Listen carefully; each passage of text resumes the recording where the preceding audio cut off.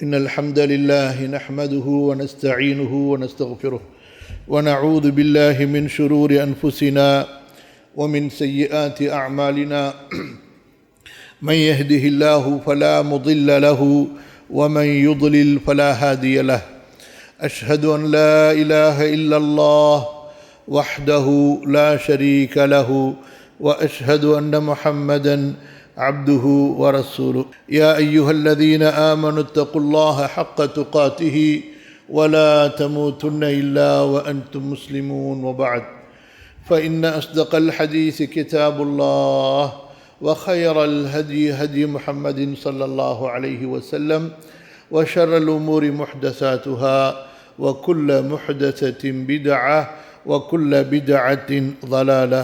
கண்ணியத்திற்கும் மதிப்பிற்கும் உரிய அல்லாஹ்வின் அடியார்களே, உங்கள் முன்னால் அகிலங்களின் இறைவனாகிய அல்லாஹு தஆலாவை போற்றி புகழ்ந்தவனாக அல்லாஹுடைய கண்ணியத்திற்குரிய தூதர் மீதும் அந்த தூதரின் குடும்பத்தார் மற்றும் தோழர்கள் மீதும் அல்லாஹுடைய ஸலவாத்தும் சலாமும் நிலவட்டும் என்று வேண்டியவனாக உங்களுக்கும் எனக்கும் அல்லாஹுடைய பயத்தை தக்வாவை உபதேசம் செய்தவனாக இந்த குத்பாவை ஆரம்பம் செய்கிறேன்.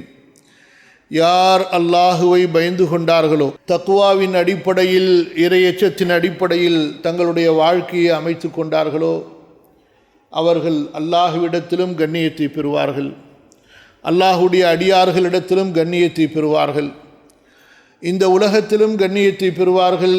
நாளை மறுமையில் நிரந்தரமான சொர்க்க பூங்காவிலே அவர்கள் அல்லாஹுவிடத்திலே உயர்ந்த கண்ணியத்தால் கௌரவிக்கப்படுவார்கள். அல்லாஹ் சுப்ஹானஹு வ தஆலா அல்லாஹுவை பயந்து வாழக்கூடிய நற்பாக்கியத்தை, உண்மையான இறையச்சத்தை எனக்கும் உங்களுக்கும் நமது சந்ததிகளுக்கும் நசீபாக்குவானாக. ஆமீன். அல்லாஹுவின் அடியார்களே, ஹிஃபுதுல் அமானா, நம்முடைய அமானிதங்களை பாதுகாப்பது, நம்மிடத்தில் நம்பி ஒப்படைக்கப்பட்ட பொறுப்புகள், பொருளாதாரங்கள், இரகசியங்கள், நாம் சுமந்து கொண்ட கடமைகள் என்று இந்த அமானிதங்களை பேணுவது, இதை பற்றி நாம் முக்கியமாக தெரிந்து கொள்ள வேண்டும். இமாம் குர்துபி ரஹிமஹுல்லா அவர்கள் குறிப்பிடுகின்றார்கள், அமானிதம் என்பது மார்க்கம் சம்பந்தப்பட்ட, நம்முடைய மார்க்கம் சம்பந்தப்பட்ட அனைத்து காரியங்களையும் தனக்குள் உள்ளடக்கி கொள்ளக்கூடிய ஒரு மகத்தான பொறுப்பு தான் இந்த அமானிதம் என்பது. இது ஏதோ நம்மிடத்திலே சில தொகைகளை கொடுத்தார்கள், அதை நாம் பாதுகாப்பது என்பது மட்டுமல்ல, அதையும் கடந்து மார்க்கம் சார்ந்த அனைத்து விஷயங்களிலும் நாம் நம்முடைய சொல் செயல்களில் தூய்மையானவர்களாக இருந்து அந்த கடமைகளை, அந்த பொறுப்புகளை, அந்த சட்டதிட்டங்களை பேணி பாதுகாத்து நடப்பது, இது அமானிதத்தை பேணுவது. அல்லாஹு தஆலா நம்பிக்கையாளர்கள் மூமின்களை பற்றி சொல்லும் பொழுது பல இடங்களில் அவர்களுடைய நற்குணங்களை அல்லாஹு தஆலா பட்டியலிடும்போது அவர்கள் அமானிதங்களை பேணுவார்கள், நம்பிக்கைகளை பேணுவார்கள், பொறுப்புகளை பேணுவார்கள் என்பதை குறிப்பாக சொல்கிறார். இன்று நம்மிலே பலர் தொழுகையில் கவனமாக இருக்கிறார்கள், சிலர் தான தர்மங்களில் கவனமாக இருக்கின்றார்கள், ஆனால் அதே நேரத்திலே அமானிதங்களிலே மோசடி செய்து விடுகின்றார்கள். நம்பி ஒப்படைக்கப்பட்ட பொறுப்புகளில் மோசடி செய்து விடுகின்றார்கள். நம்பி அவர்களிடத்தில் கொடுக்கப்பட்ட பொருளாதாரத்திலே மோசடி செய்து விடுகின்றார்கள். நம்பி அவர்களிடத்திலே சொல்லப்பட்ட செய்திகளிலே மோசடி செய்து விடுகின்றார்கள். இப்படிப்பட்ட முரண்பாடான நிலை ஒரு முஃமினிடத்திலே இருக்கக்கூடாது. தொழுகையை பேணுவது எப்படி அல்லாஹுடைய கட்டளையோ, நோன்பை பேணுவது எப்படி அல்லாஹுடைய கட்டளையோ, ஹஜ்ஜு செய்வது எப்படி அல்லாஹுடைய கட்டளையோ, அவையெல்லாம் எப்படி மூமின்களுடைய நற்குணங்களோ நற்பண்புகளோ, அதுபோன்றுதான் அமானிதங்களை பேணுவது. அல்லாஹ் சுப்ஹானஹு வ தஆலா அவனுடைய கண்ணியத்திற்குரிய வேதம் அல் குர்ஆன் சூரா அல் முஃமினூனுடைய 8வது வசனத்தில் சொல்கிறான், வல்லதீன ஹும் லிஅமானாதிஹிம் வ அஹ்திஹிம் ராஊன். சிந்திக்க வேண்டிய மகத்தான வசனம். வல்லதீன ஹும் லிஅமானாதிஹிம் வ அஹ்திஹிம் ராஊன். வசனத்துடைய தொடக்கம் எப்படி ஆரம்பிக்கிறது? கத் அஃப்லஹல் முஃமினூன். முஃமின்கள் வெற்றி அடைவார்கள். திட்டமாக கண்டிப்பாக மூமின்களுக்குத்தான் வெற்றி. இம்மையின் வெற்றியும் மறுமையின் மகத்தான வெற்றியும் இறுதி நிலையான வெற்றி மூமின்களுக்குத்தான் என்று அல்லாஹு தஆலா வர்ணிக்கும் பொழுது அவர்களுடைய தொழுகையை சொல்கிறான், அவர்களுடைய ஜக்காத்தை சொல்கிறான், அவர்களுடைய தனி மனித ஒழுக்கத்தை சொல்கிறான். அப்படி சொல்லும் பொழுது ரப்பு குறிப்பிடுகின்றான், வல்லதீன ஹும் லிஅமானாதிஹிம் வ அஹ்திஹிம் ராஊன். அவர்கள் தங்களுடைய பொறுப்புகளை பேணுவார்கள், நம்பி ஒப்படைக்கப்பட்ட கடமைகளை சரியாக செய்வார்கள், அவர்கள் தங்களுடைய ஒப்பந்தங்களை வாக்குறுதிகளை அவர்கள் கடைபிடிப்பார்கள் என்று அல்லாஹ் சொல்கிறான். அல்லாஹ்வின் அடியார்களே, இன்று நம்மை சுற்றி இவ்வளவு சோதனைகள் ஏன் தெரியுமா? நம்மை சுற்றி எதிரிகள் நமக்காக பின்னக்கூடிய சூழ்ச்சிகள், சதிவலைகள் ஏன் தெரியுமா? அல்லாஹு தஆலா வெற்றி அடையக்கூடிய மூமின்களுக்கு என்று என்ன பண்புகளை சொன்னானோ அந்த பண்புகள் நம்மிடத்திலே கொஞ்சம் கொஞ்சமாக குறைந்து கொண்டே போகிறது. முஸ்லிம் சமூகத்தில் மோசடிக்காரர்கள் அதிகமாகிவிட்டார்கள்.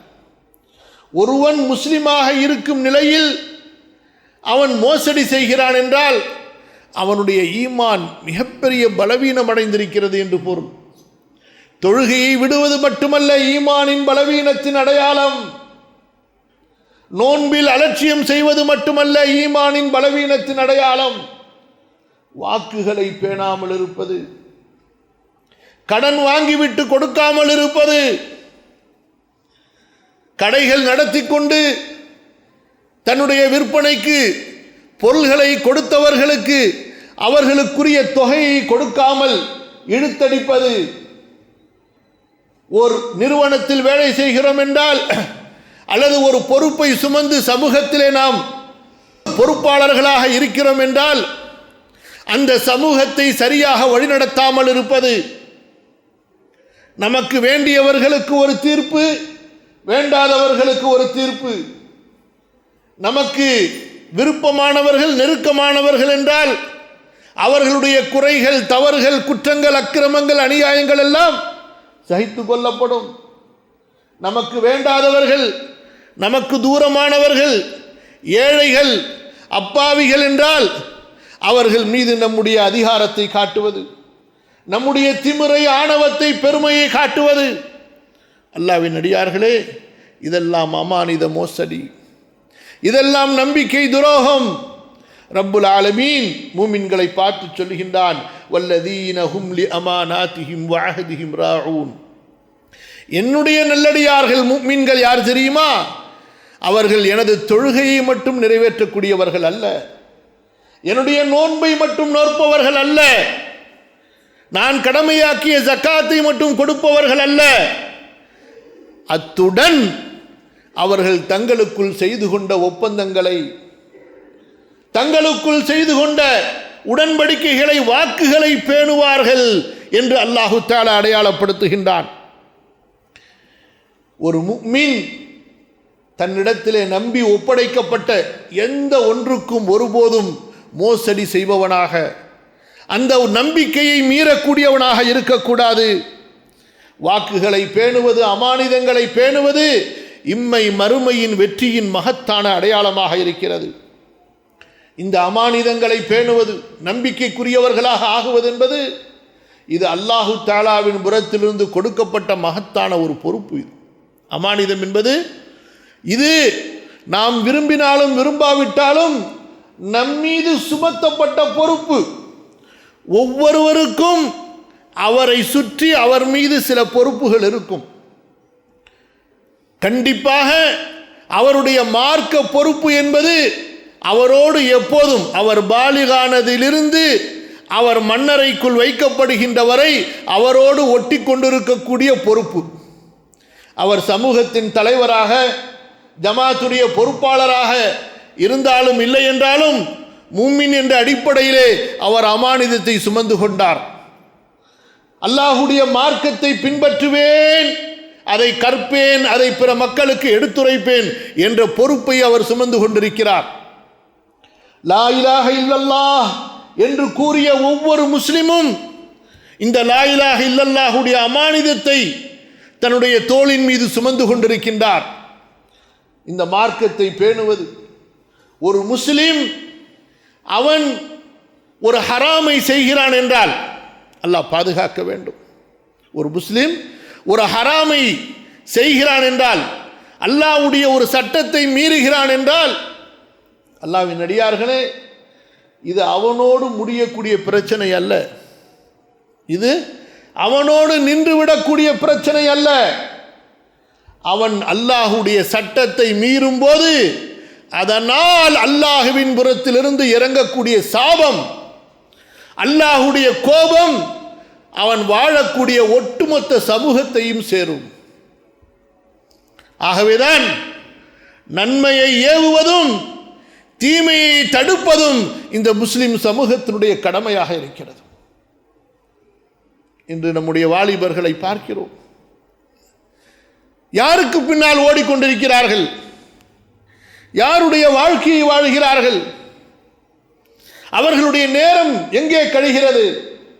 அவர்கள் எதை பேசுகிறார்கள்? அவர்கள் எதை பார்க்கிறார்கள்? கொஞ்சம் சிந்தித்து பார்த்தோமா? மஸ்ஜிதிற்கு வந்தபோது சில வாலிபர்களை பார்த்தோம். முன்சஃபிலே அமர்ந்து கொண்டு தொழுகைக்கு விரைவாக வந்து எதிர்பார்த்து கொண்டிருக்கிறார்கள். இப்படிப்பட்ட வாலிபர்கள் நம் சமூகத்திலே உருவாக வேண்டும். பல இடங்களிலே பார்த்தால் இமாம் அவர்கள் தொழுகைக்கு குத்பா முடித்து தொழுகைக்கு செல்கின்ற நேரத்திலே அவசர அவசரமாக ஓடி வருவதை பார்க்கிறோம். அதே நேரங்களில் எந்த இஸ்லாமிய சமூகத்தின் வாலிபர்கள் இந்த மார்க்கத்தை கட்டி காக்க வேண்டுமோ, பாதுகாக்க வேண்டுமோ, அவர்கள் சினிமாக்களுக்கு பின்னால், சினிமா நடிகர்களுக்கு பின்னால் ஓடிக்கொண்டிருக்கின்றார்கள். அல்லாஹ்வுடைய மார்க்கத்தை தூக்கி எறிந்த முஸ்லிம் பெண்களை பார்க்கிறோம். அல்லாஹ்வின் அடியார்களே, இது குறித்து மறுமையிலே கேள்வி கேட்கப்படுவோம். வத்தகு ஃபித்னத்தல் லா துஸீபன்னல்லதீன ஸலமூ மின்கும் ஹாஸா. அல்லாஹ் சொல்கிறான், அநியாயக்காரர்களுக்கு மட்டுமென்று தனியாக சோதனை வராது, பயந்து கொள்ளுங்கள். குற்றம் செய்தவர்களுக்கு மட்டுமென்று தனியாக சோதனை வராது, பயந்து கொள்ளுங்கள் அப்படிப்பட்ட தண்டனையை என்று. ஒரு சமூகத்தில் நன்மையை ஏவி தீமையை தடுக்கவில்லை என்றால் அல்லாஹ்வுடைய தண்டனை இறங்கும் போது அந்த தண்டனை பொதுவாக எல்லோரையும் பிடித்துக் கொள்ளும். அல்லாஹ் பாதுகாப்பானாக. அல்லாஹ்வின் அடியார்களே, ரப்பு சொல்கிறான், இன்னா அரதுனல் அமானத அலஸ் ஸமாவாதி வல் அர்தி வல் ஜிபால் ஃபஅபைன அன் யஹ்மில்னஹா வஅஷ்ஃபக்ன மின்ஹா வஹமலஹல் இன்சான். இந்த மார்க்க பொறுப்பை, இந்த கடமையை நாம் வானங்களுக்கு கொடுத்தோம், பூமிக்கு கொடுத்தோம். ஆனால் அவை எங்களால் சுமக்க முடியாது என்று சொல்லிவிட்டன, பயந்து விட்டன. மனிதன் இந்த பொறுப்பை சுமந்து கொண்டான். சுமந்த பொறுப்பை மனிதன் நிறைவேற்றுகிறானா? ஆனால் இவன் அக்கிரமக்காரனாக, இந்த மார்க்கத்தை அறியாதவனாக வாழ்கிறான் என்று அல்லாஹ் சொல்லி காட்டுகின்றான். ரப்புல் ஆலமீன் எவ்வளவு கோபத்தோடு இந்த வசனத்தை முடிக்கின்றான் பார்த்தீர்களா? அல்லாஹ்வின் அடியார்களே, கலிமா சொன்னோம் அல்லவா, நம்மை முஸ்லிம்கள் என்று சொல்லிக் கொள்கிறோம் அல்லவா, முஸ்லிம்களுடைய ஜமாத் என்று சொல்கிறோம் அல்லவா, இந்த இஸ்லாமை கற்பதற்கு நாம் என்ன செய்திருக்கிறோம் சொல்லுங்கள்? இந்த இஸ்லாமை பிற மக்களுக்கு எடுத்துச் சொல்வதற்கு நாம் என்ன செய்திருக்கிறோம்? நம்மில் ஒவ்வொருவருக்கும் தன்னுடைய குடும்பத்தை பற்றி, தன்னுடைய வாழ்வாதாரத்தை பற்றி கவலை இருக்கிறது, தவறு இல்லை. ஆனால் அதே நேரத்தில் எந்த தீனை கொண்டு அல்லாஹு தஆலா நாளை மறுமையில் ரசூலுல்லாஹுடைய உம்மத்தில் எழுப்பி, எந்த தீனை கொண்டு அல்லாஹு தஆலா நம்மை சொர்க்கத்திற்குள் அனுமதிப்பானோ அந்த தீனுக்காக, அந்த மார்க்கத்துக்காக என்ன செய்தோம்? அந்த தீனுக்காக என்ன செய்தோம்? இன்று முஸ்லிம் சமூகத்திலே 100க்கு 100 குர்ஆனை ஓதக்கூடியவர்கள் இல்லை.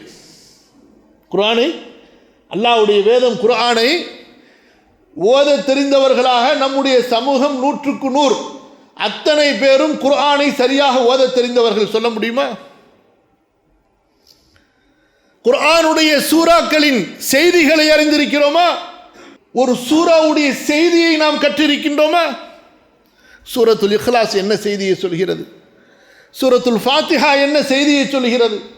சூரத்துல் ஃபலக், ஆயத்துல் குர்சி என்ன செய்தியை சொல்கிறது?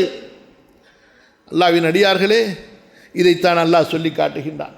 மார்க்கத்தை ஏற்றுக்கொண்டு அந்த மார்க்கத்தின் பொறுப்பை சுமக்காமல் மனிதன் ஜாஹிலாக இருக்கிறான், அறியாதவனாக இருக்கிறான், இந்த மார்க்கத்திற்கு துரோகம் செய்து அநியாயக்காரனாக இருக்கிறான் என்று. அல்லாஹ்வின் அடியார்களே, ரப்புல் ஆலமீன் இந்த அமானிதத்தை குறித்து நமக்கு கடுமையாக எச்சரிக்கிறான்.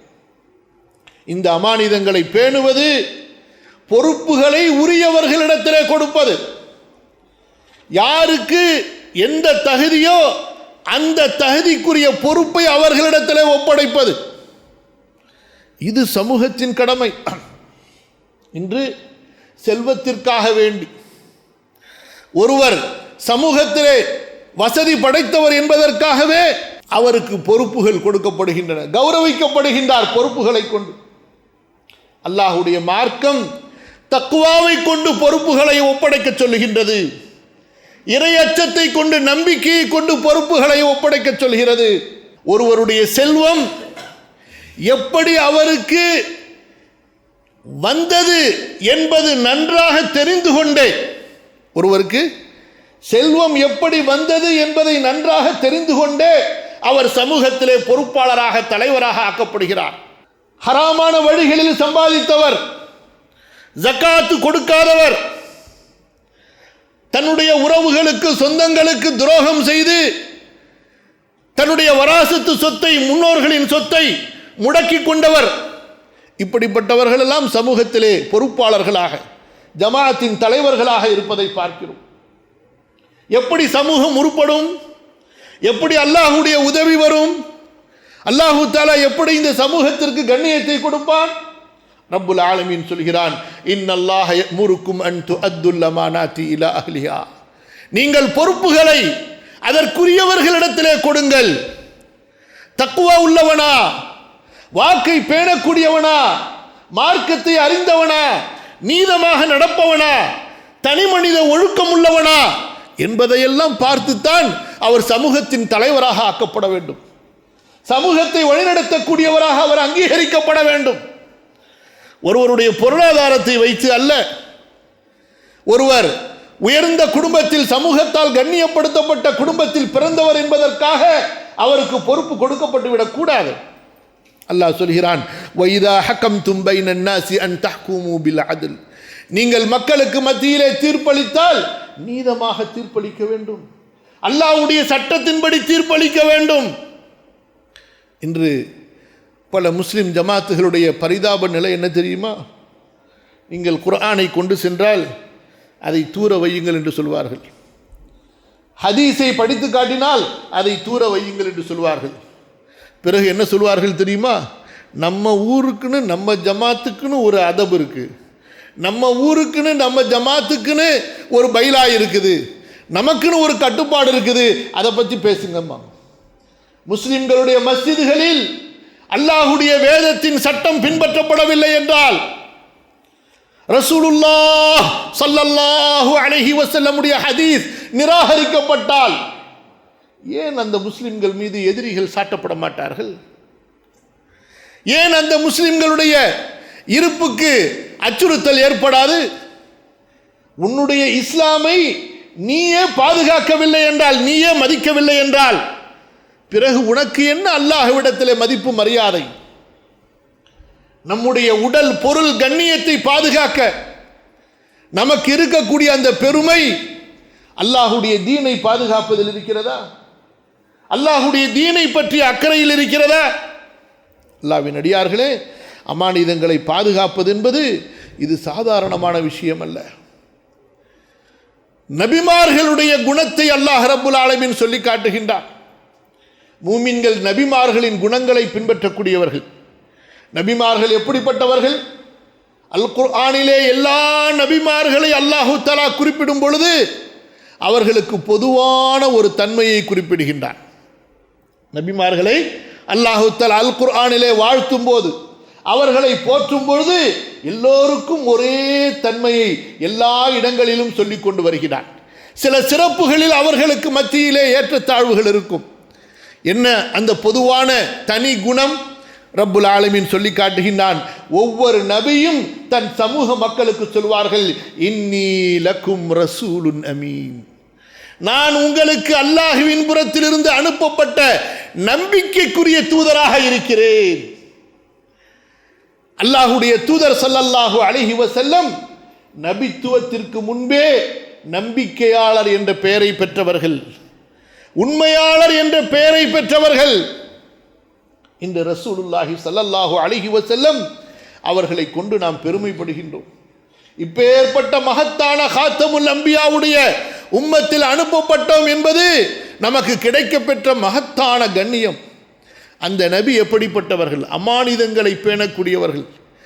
தங்களை கொல்ல வந்த, தங்களை படுகொலை செய்ய வந்த சமூகத்தின் சொத்துகள் எல்லாம், செல்வங்கள் எல்லாம், தங்கம் வெள்ளிகள் எல்லாம், ஆபரணங்கள் எல்லாம் அவர்களிடத்தில் இருக்கின்றன. அல்லாஹ்வுடைய பாதுகாப்பில் இருக்கின்றார்கள். அவர்கள் நாடி இருந்தால் ஹிஜ்ரத் செய்யும் போது அந்த தங்கங்களையும் வெள்ளிகளையும் சுருட்டி கொண்டு சென்றிருக்கலாம். அல்லாஹ் பாதுகாப்பானாக. அல்லாஹ்வின் தூதர் ஸல்லல்லாஹு அலைஹி வஸல்லம் அலியிடத்திலே ஒவ்வொரு அமானிதமாக அந்த அமானிதத்திற்குரியவருடைய பெயரை கூறி கொடுத்துவிட்டு, நாளை விடிந்தவுடன் இந்த அமானிதங்களை எல்லாம் அதற்குரியவர்களிடத்திலே ஒப்படைத்துவிட்டு மதீனா வந்து சேருங்கள் என்று சொல்லிவிட்டு செல்கிறார்கள். எப்பேற்பட்ட நம்பிக்கையாளர், எப்பேற்பட்ட அமீன்! அந்த நம்பிக்கையாளருடைய உம்மத்தில் பிறந்த முஸ்லிம், அந்த நம்பிக்கையாளருடைய உம்மத்தாக வாழக்கூடிய முஸ்லிம் சமூகமாகிய நாம், நம்மிடத்திலே நம்பிக்கை இருக்கிறதா?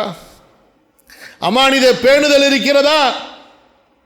எத்தனை பேர் இன்று பொது சொத்துக்களை நிர்வகிப்பதிலே அவ்வளவு பெரிய அலட்சியம்! சில இடங்களிலே நாம் பார்க்கிறோம், மஸ்ஜிதினுடைய நிர்வாகியாக ஆகுவதற்கு, எப்படி மஸ்ஜிதினுடைய நிர்வாகிகளாக ஆகுவதற்கு எலெக்ஷனிலே சண்டை நடக்கிறது. மஸ்ஜிதுகளில் நான் பார்த்ததை சொல்கிறேன், கேள்விப்பட்டதை அல்ல. சண்டை எலெக்ஷனிலே, அதாவது நாட்டினுடைய தேர்தலை விட அல்லது அதற்கு நிகரான அளவுக்கு மஸ்ஜிதினுடைய பொறுப்புகளுக்கு தேர்தல் நடக்கிறது. அந்த தேர்தல் அவ்வளவு டென்ஷனாக, டேஞ்சராக இருக்கிறது. போலீஸ் பாதுகாப்புகள் மஸ்ஜிதிற்கு, மஸ்ஜிதினுடைய தேர்தலுக்கு. ஏன் அல்லாஹ்வின் அடியார்களே, ஒரு முஸ்லிம் எப்படிப்பட்டவன் தெரியுமா? பொறுப்பை கேட்க மாட்டான், பொறுப்பை வேண்டாம் என்று சொல்வான், பயப்படுவான், அச்சப்படுவான். மக்கள் இல்லை, நீங்கள் தான் தகுதியானவர்கள் என்று அவனிடத்திலே வலுக்கட்டாயமாக அவருக்கு அந்த பொறுப்பை கொடுக்க வேண்டும். பொறுப்பு சுமத்தப்பட வேண்டும், கேட்டு வாங்கப்படக்கூடியது அல்ல, ஆசைப்பட்டு தேடக்கூடியது அல்ல பொறுப்பு. இன்று சண்டை செய்யப்படுகிறது. பல இடத்திலே சொல்கிறார்கள், 3 வருஷமா நீங்க அனுபவிச்சிங்கல்ல, முத்தவல்லியா இருந்து, செக்ரட்டரியா இருந்து, இந்த வருஷம் நாங்களும் அனுபவிப்போம். மஸ்ஜிதினுடைய சொத்துக்கு, மஸ்ஜிதினுடைய சொத்துக்களை நிர்வகிப்பதில் அல்லாஹ்வின் அடியார்களே, பொறுப்பு இது, கடமை இது. நாளை மறுமையிலே ஒவ்வொரு தீனாருக்கும் திர்ஹமுக்கும் விசாரிக்கப்படுவோம். பைத்துல் மாலுடைய மோசடி என்பது சாதாரணமான மோசடி அல்ல.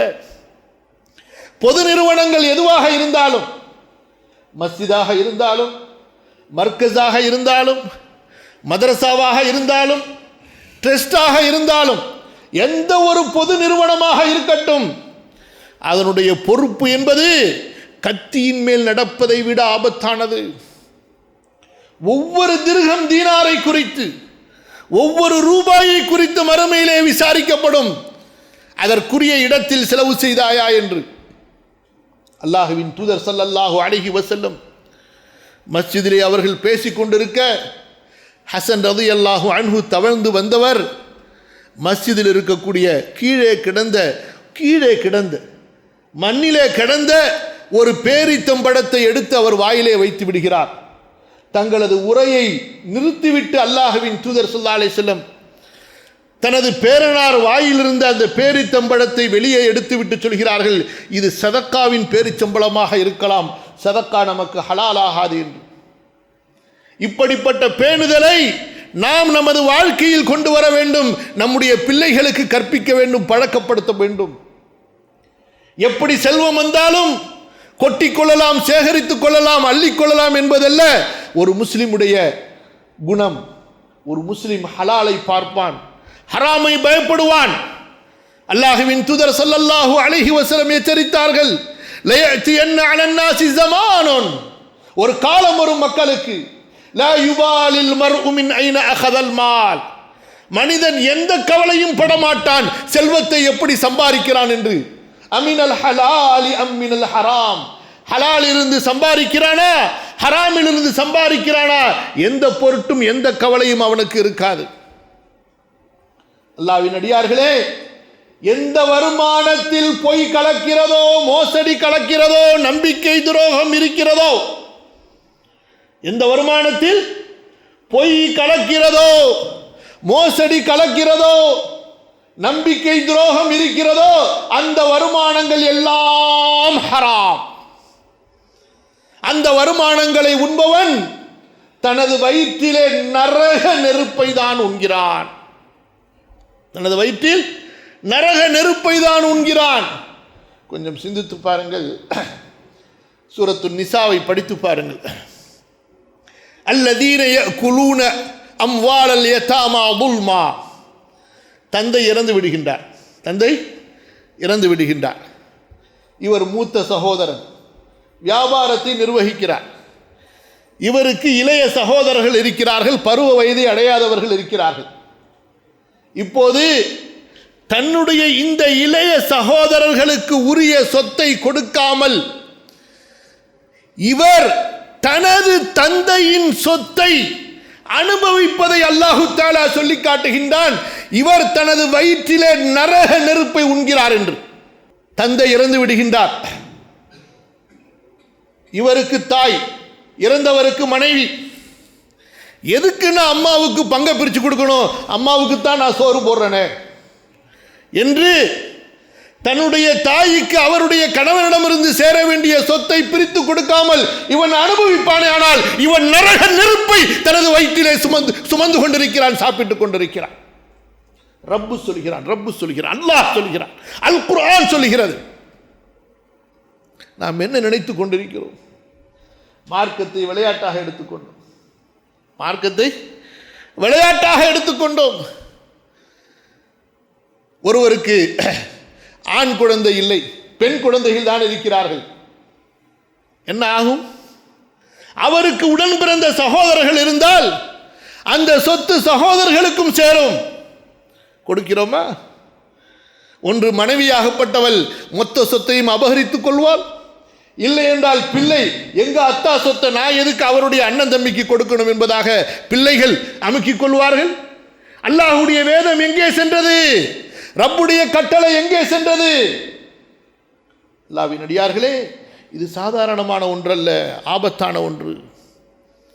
அல்லாஹ்வுடைய தூதர் ஸல்லல்லாஹு அலைஹி வஸல்லம் இந்த அமானிதத்தை நம்முடைய ஈமானோடு தொடர்பு படுத்தினார்கள். எதோடு தொடர்பு படுத்தினார்கள்? ஈமானோடு தொடர்பு படுத்தினார்கள். இது ஏதோ விரும்பினால் நாம் நம்பிக்கைகளை பேணுவோம், அமானிதங்களை பேணுவோம், இல்லை என்றால் பரவாயில்லை, அது ஒன்றும் பெரிய குற்றம் இல்லை என்பதல்ல இதனுடைய சட்டம். அல்லாஹ்வின் தூதர் ஸல்லல்லாஹு அலைஹி வஸல்லம் சொன்னார்கள், இமாம் அஹ்மத் பதிவு செய்கிறார்கள், மா خطبنا نبي الله صلى الله عليه وسلم إلا قال لا إيمان لمن لا أمانة له لا إيمان لمن لا أمانة له ولا دين لمن لا عهد له அனஸ் இப்னு மாலிக் ரலியல்லாஹு அன்ஹு அறிவிக்கின்றார்கள். எப்படி சொல்கிறார்கள்? அல்லாஹ்வின் தூதர் ஸல்லல்லாஹு அலைஹி வஸல்லம் எங்களுக்கு எப்போது பிரசங்கம் செய்தாலும், எப்படி சொல்கிறார்கள்? எங்களுக்கு எப்போது பிரசங்கம் செய்தாலும், எங்களுக்கு எப்போது பயான் செய்தாலும் அப்போது எங்களுக்கு சொல்வார்கள், அறிந்து கொள்ளுங்கள், யாரிடத்தில் அமானித பேணுதல் இல்லையோ அவருக்கு ஈமான் இல்லை. யாரிடத்தில் அமானித பேணுதல் இல்லையோ அவருக்கு ஈமான் இல்லை. யார் ஒப்பந்தங்களை உடன்படிக்கைகளை பேணவில்லையோ அவருக்கு மார்க்கமே இல்லை. இதை அல்லாஹ்வுடைய தூதர் ஸல்லல்லாஹு அலைஹி வஸல்லம் தங்களுடைய எல்லா பயான்களிலும் சொல்லிக் கொண்டே இருப்பார்கள்.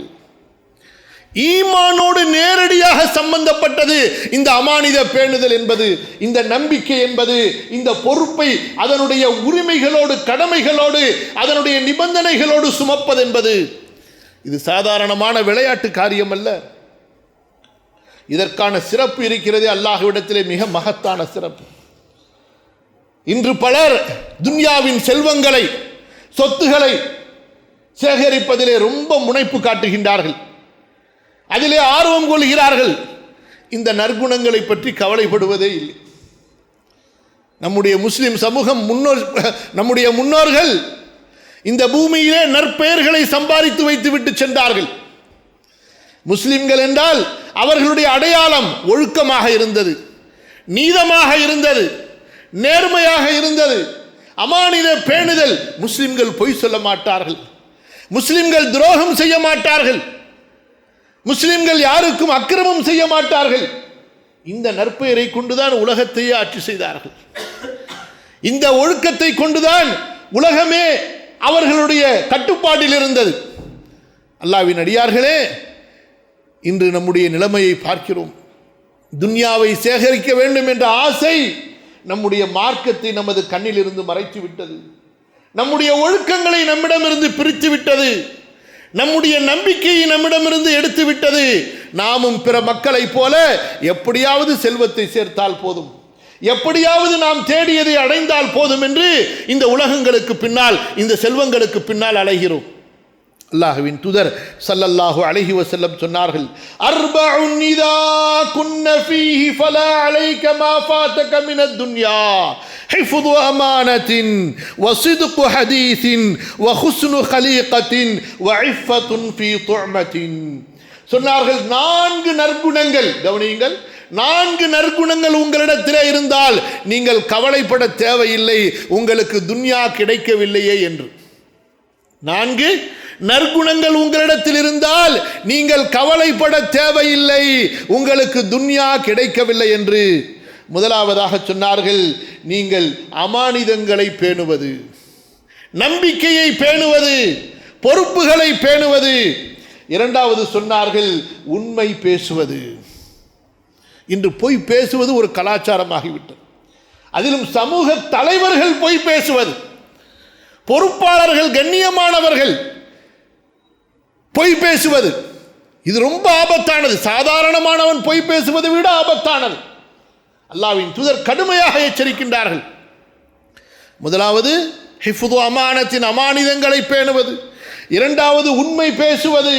மூன்றாவது நற்குணம், அழகான நற்குணம், அழகான குணம், மென்மையாக நடப்பது, பணிவாக நடப்பது, மக்களுக்கு உதவி உபகாரங்கள் செய்வது. நான்காவது சொன்னார்கள், வஇஃபத்துன் ஃபீ துஅமத்தின், உணவிலே ஹலால் ஹராமை பேணுவது, உணவில் ஹலால் ஹராமை பேணுவது.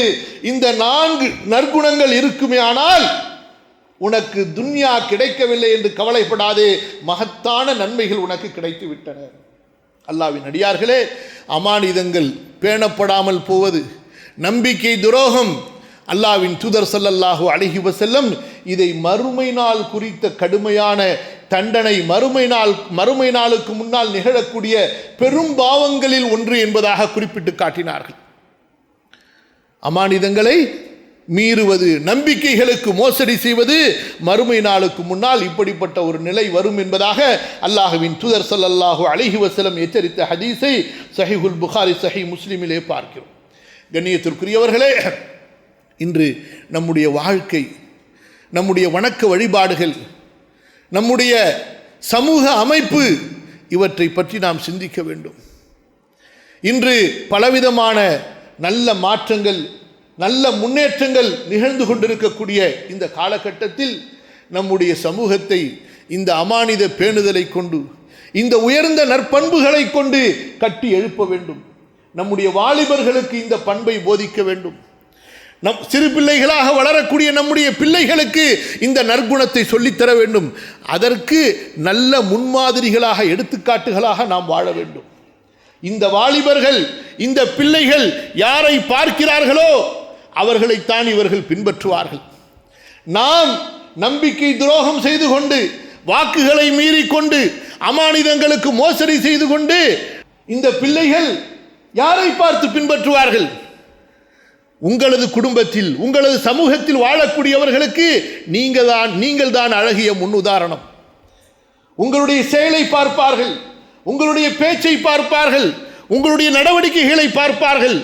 நீங்கள் ஒழுக்கமானவர்களாக, நம்பிக்கையாளர்களாக, நாணயம் உள்ளவர்களாக, நேர்மையாளர்களாக இருப்பீர்களே ஆனால் நீங்கள் சொல்லிக் கொடுக்கக்கூடிய அந்த நற்போதனைகள் இந்த பிள்ளைகளின் உள்ளத்திலே நல்ல குணங்களை வளர்க்கும். ஆகவே அல்லாஹுவின் அடியார்களே, அல்லாஹு தஆலாவை பயந்து கொண்ட, இறையச்சமிக்க, ஒழுக்கமிக்க, வணக்க வழிபாடுகளிலும் நற்குணங்களிலும் சிறந்த ஒரு சமுதாயமாக நாம் மாற வேண்டும். அத்தகைய சமுதாயமாக நம்முடைய வரும் தலைமுறையை நாம் உருவாக்க வேண்டும். அதை கொண்டுதான் நம்மை சுற்றி இருக்கக்கூடிய சவால்களை நாம் எதிர்கொள்ள முடியும். நம்மை சுற்றி இருக்கக்கூடிய பிரச்சனைகளை எதிர்கொள்ள முடியும். வெறும் உடல் வலிமையும், அறிவு திறமையும், படிப்பு உயர்வும் நமக்கு எதையும் செய்ய முடியாது. அல்லாஹ் இறக்கிய இந்த தீனை கொண்டு நம்மை மாற்றாதவரை. அல்லாஹு தஆலா எனக்கும் உங்களுக்கும் அல்லாஹு தஆலாவுடைய வேதத்தை பின்பற்றக்கூடிய, ரசூலுல்லாஹுடைய சுன்னாவை பின்பற்றக்கூடிய நற்பாக்கியத்தை தந்தருள்வானாக. நம்மை அல்லாஹு தஆலா சீர்திருத்தம் செய்வானாக. நமது சமூகத்தை சீர்திருத்தம் செய்வானாக. நம்முடைய வாலிபர்களை, வாலிப பெண்களை, நம்முடைய வளரும் தலைமுறை சிறு பிள்ளைகளை அல்லாஹு தஆலா சீர்படுத்துவானாக, சிறப்பிப்பானாக. இந்த தீனிலே அல்லாஹு தஆலா நம்மை உறுதிப்படுத்துவானாக. அகூலு கௌலி ஹாதா வ அஸ்தக்ஃபிருல்லாஹல் அஸீம் லீ வ லக்கும் ஃபஸ்தக்ஃபிருஹு இன்னஹு ஹுவல் கஃபூருர் ரஹீம்.